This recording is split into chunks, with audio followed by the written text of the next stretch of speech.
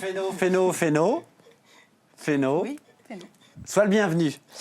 Alors Féno, tu te fous de moi? J'ai reçu ta bio. Elle fait 4 lignes, ta bio.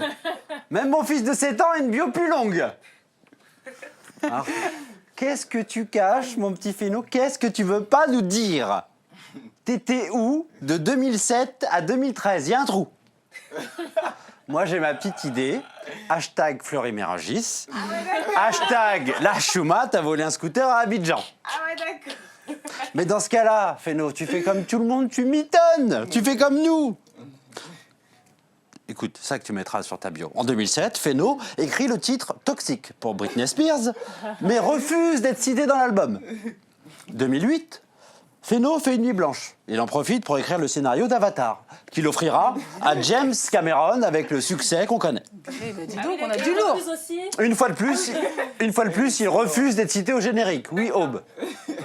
Non, c'était pour savoir s'il refusait aussi d'être cité. Quelle humilité quand même. C'est dingue, hein? Voilà. Moi aussi, j'ai fait 4 lignes.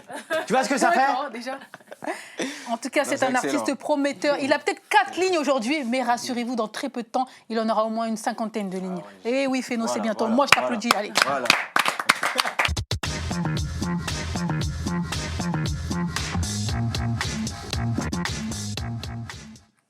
Alors, Malek, qu'as-tu à nous dire?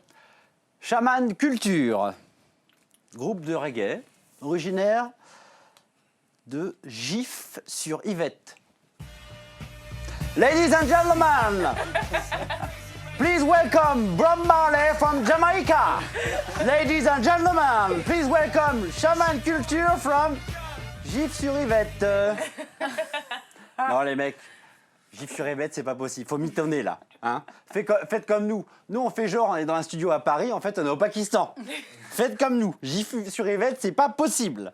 Non, même James Brown était né à Dunkerque, mais il a compris que ça allait lui pourrir sa carrière. Il a changé, le mec. Non, mais attendez. Et si on se trompait tous? Et si tout avait commencé à Gif-sur-Yvette? Gif-sur-Yvette, début des années 1900. Robert Labouze, mineur alcoolique, est dans son garage. Il est ivre et il gratte quelques accords sur sa guitare. Il ne le sait pas encore, mais il vient d'inventer le reggae. De son vrai nom, Reggae-sur-Yvette. Plus tard dans la soirée, environ après 2 bouteilles de Ricard, il mélange 2 graines de ganja. Il crée sans le savoir la marijuana, de son vrai nom, la bœuf-sur-Yvette. Gif-sur-Yvette est devenu le centre du monde. On dit que Christophe Colomb l'a découvert. Et que Mark Zuckerberg a eu l'idée de Facebook à Gif-sur-Yvette. Oh, bah, c'est connu, Gif-sur-Yvette.